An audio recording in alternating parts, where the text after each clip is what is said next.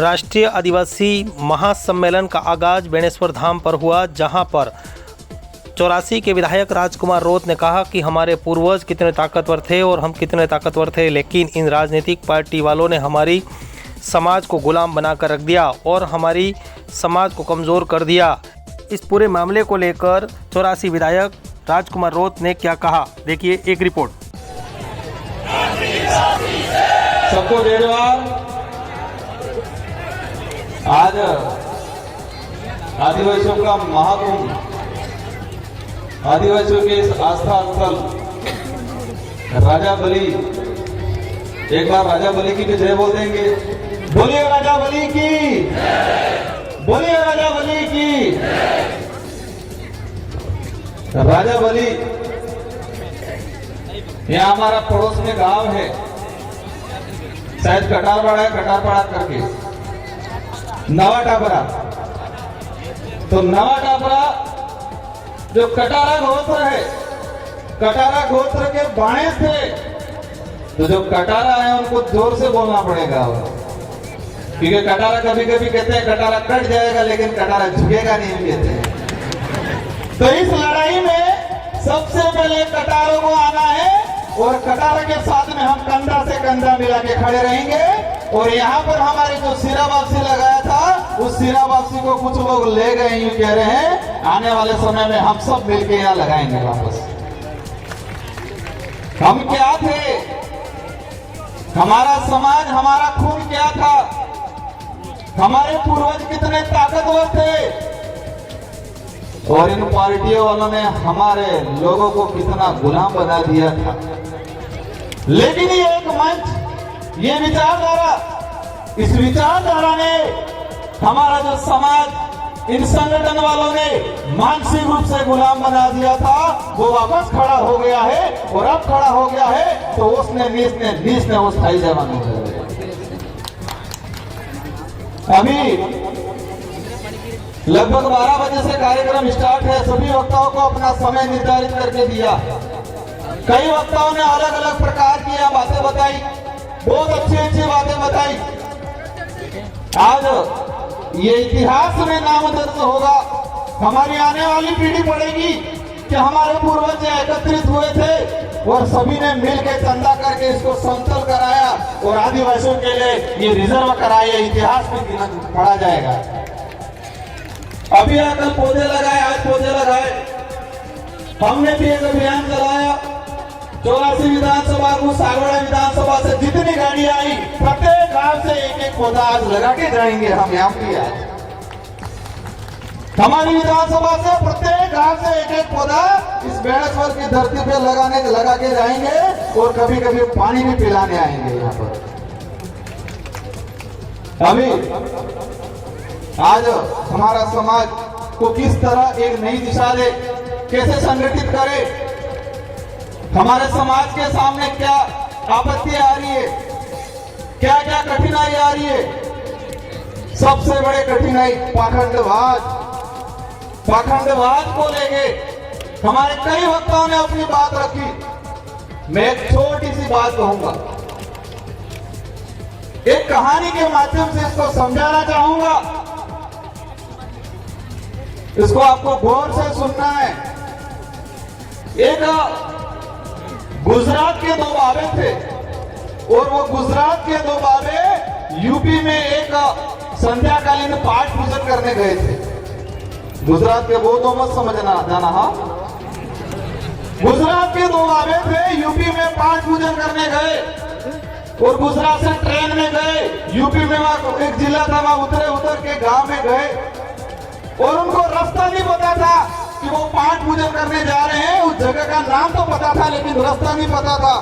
और रास्ते में एक छोटा सा बच्चा मिल गया और इस बच्चों को उन बाबू ने पूछा कि बेटा उस फलानी जगह जाने के लिए कौन सा रास्ता है। तो उस बच्चे ने कहा बाबा उधर से इधर जाना, उधर से उधर जाना, आगे से दाएं मुड़ जाना। तो बाबा बोला मेरे को समझ में नहीं आया। तो बच्चे ने कहा, फिर कहा इधर से उधर मुड़ जाना, उधर से उधर जाना। तो बाबा ने कहा बच्चा मेरे को इस रास्ता दिखा दे। उस बाबा ने उस बच्चे से क्या कहा कि बेटा मुझे रास्ता दिखा दे वहां जाने का। तो बेटा वो बच्चा उस बाबा को पकड़ के लेके चलने लगा और उस बच्चे ने पूछा बाबा को कि बाबा कहाँ से हो? उसने कहा गुजरात से हो। यहाँ क्या करने आए हो? तो संध्याकालीन शाम को पाठ पूजन करूंगा। तो बच्चे ने पूछा उस पाठ पूजन में क्या करोगे? तो उन्होंने कहा मैं वहां लोग आएंगे और उन लोगों को मैं स्वर्ग का रास्ता बताऊंगा। तो बच्चा जोर जोर से हंसने लगा और फिर कहने लगा जिस बाबा को खुद का रास्ता नहीं पता है वो खाक स्वर्ग का रास्ता बताएगा। जिस बाबा को खुद का रास्ता नहीं पता है वो खाक स्वर्ग का रास्ता बताएगा। एक छोटे से बच्चे को ये बात समझ में आई और हमारे लोग चिल्ला चिल्ला के कह रहे अभी तक किसको समझ में नहीं आ रहा ये पाखंडवाद क्या चीज है। मतलब एक बच्चे को समझ में आ गया कि जिस बाबा को खुद का रास्ता नहीं पता है वो खाक स्वर्ग का रास्ता बताएगा। मार तरफ से रोज काम फैली हुआ है। आज हमारा समाज कई बातों को लेके देश के अंदर जो स्थिति बन रही है आदिवासी समाज को लेके पूरे देश में हम पूर्वी भारत में जाते हैं इधर दक्षिणी भारत में जाते हैं सब जगह आदिवासी समाज के साथ अन्याय हो रहा है। सभी राज्यों के अंदर आदिवासी समाज के रिजर्वेशन के साथ अन्याय हो रहा है। कहीं भी आदिवासी समाज के नाम से संगठन बनता है आदिवासी की एकता की बात करता है आदिवासियों के लिए लड़ता है तो ये लोग क्या कहते हैं नक्सलवाद हो। आदिवासी की एकता की बात करते ही नक्सलवाद का आरोप लगाते। अभी मैंने 1 तारीख को वो आ रहे हैं वो बाबे 2 बाबे नहीं दूसरे वाले बाबे आ रहे हैं और आज के बाद से पूरे बिल प्रदेश के अंदर मध्य प्रदेश तत्कालीन वर्तमान का मध्य प्रदेश गुजरात महाराष्ट्र राजस्थान के अंदर हमें एक अभियान चलाना है। अगर किसी ने भी नक्सलवाद या वनवासी बोला तो उस पे एट्रोसिटी का मुकदमा दर्ज करवाएंगे और हम विधानसभा में भी एट्रोसिटी के अंदर यह प्रावधान करवाने की कोशिश करेंगे कि आदिवासियों को नक्सली बोला या वनवासी बोला तो उस पे एट्रोसिटी का मुकदमा दर्ज हो और देशद्रोही तो बोला तो भी इस पे मुकदमा दर्ज हो। सारे देश को भेज दिया और कहते हैं देशभक्त हैं। उन लोगों ने पूरे देश को भेज दिया और कह रहे हैं कि हम देशभक्त हैं और देशभक्त देश के मालिक तो यहाँ बैठे हैं। आज देश के अंदर आज ये इतने सारे लोग आए खुशी हुई। हमारे आसपुर के साथी आए भी जानकारी मिली कि यहाँ गौशाला के लिए बेड़का की जमीन को रिजर्व कर दिया। गोपिये के राज में तो रोड पे घूम रही है भाई, रोड पे मर रही है हमारी गाय और ये गाय के नाम से जमीन को रिजर्व कर रहे हैं और आदिवासियों को उजाड़ने का काम कर रहे हैं। आज रिजर्वेशन को लेके मैं बता रहा था कि इतने सारे हमारे पब्लिक आए हमारे आदिवासी भाई आए मध्य प्रदेश से आए गुजरात से आए ये हमारी ताकत है। लेकिन कभी कभी मैं सोचता हूं कि हमारी मूल जो ताकत है हमारी जो मुख्य ताकत है उस ताकत को हम गिरवी रख के आए हैं। हमारी जो मूल ताकत है इस लोकतंत्र की मूल ताकत है उसको हम हर 5 साल के अंदर गिरवी रख लेते। रखा कि नहीं रखा? मूल ताकत क्या है? हमारा मत है वो मूल ताकत है और हमारे मत के माध्यम से हमारी बात विधानसभा लोकसभा में जाती है और उस ताकत को हम लोकसभा विधानसभा वोट आता है उस समय हम गिरवी रख देते हैं। वो हमारी मूल ताकत है। लेकिन ये विचारधारा आने वाले समय में पूरे बिल प्रदेश के अंदर इस देश का सच्चा लोकतंत्र क्या है वो लोकतंत्र स्थापित करने का काम करेगा। हमें पब्लिक को समझाना है इस संविधान के अंदर जो टिकट और पार्टी का कोई हवाला नहीं है उस संविधान के अंदर मत का हवाला है और वोट है वो महत्वपूर्ण है और उस ताकत को हमें आजमाना है आने वाले समय में। तो हमें आज 2 विधायक आपने निकाले आने वाले समय में आपके और कार्य देगा तो मजा आएगा। तो हमारी जो मूल ताकत है हमारे पूर्वजों ने उसको हर 5 साल के अंदर गिरवी रखा।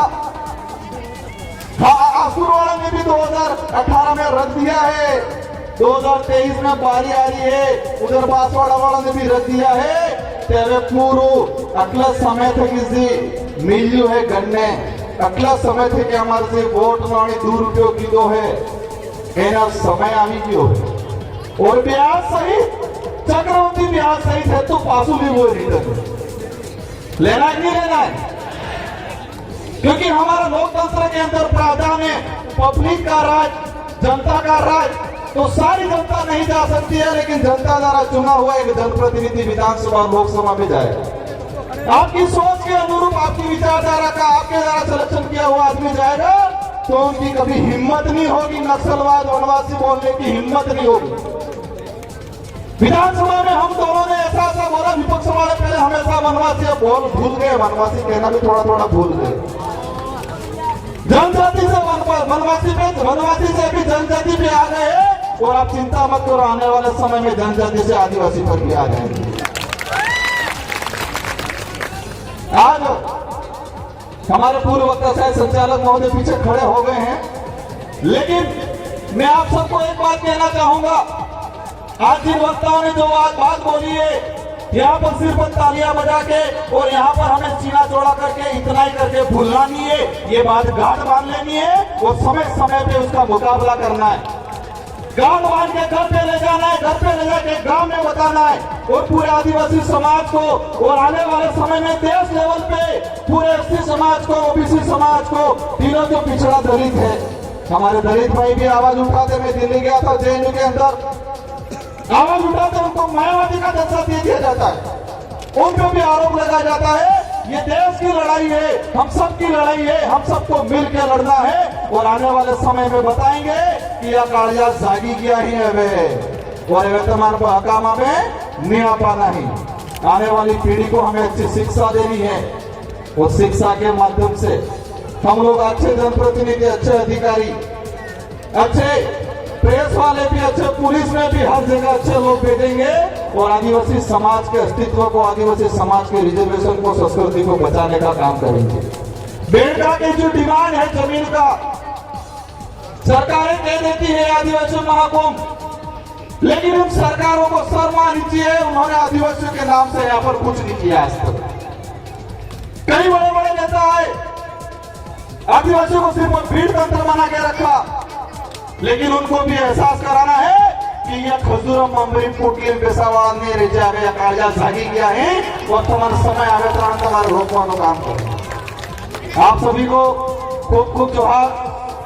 आप सब ने यहाँ पर जो आए शांतिपूर्वक तरीके से अपने घर पे जाना है और इस बात को, इन बातों को गांव गांव, ढाणी ढाणी तक, परिवार परिवार तक प्रसारित करना है। एक तीर एक कमान, एक तीर एक कमान, देश का नारा है, अभी तो ये लड़ाई है। आप सबको धन्यवाद। जय जवाहर, जय भारत, जय संविधान, जय भीम प्रदेश। न्यूज 24 पब्लिक लाइव चैनल को सब्सक्राइब, लाइक और शेयर करें।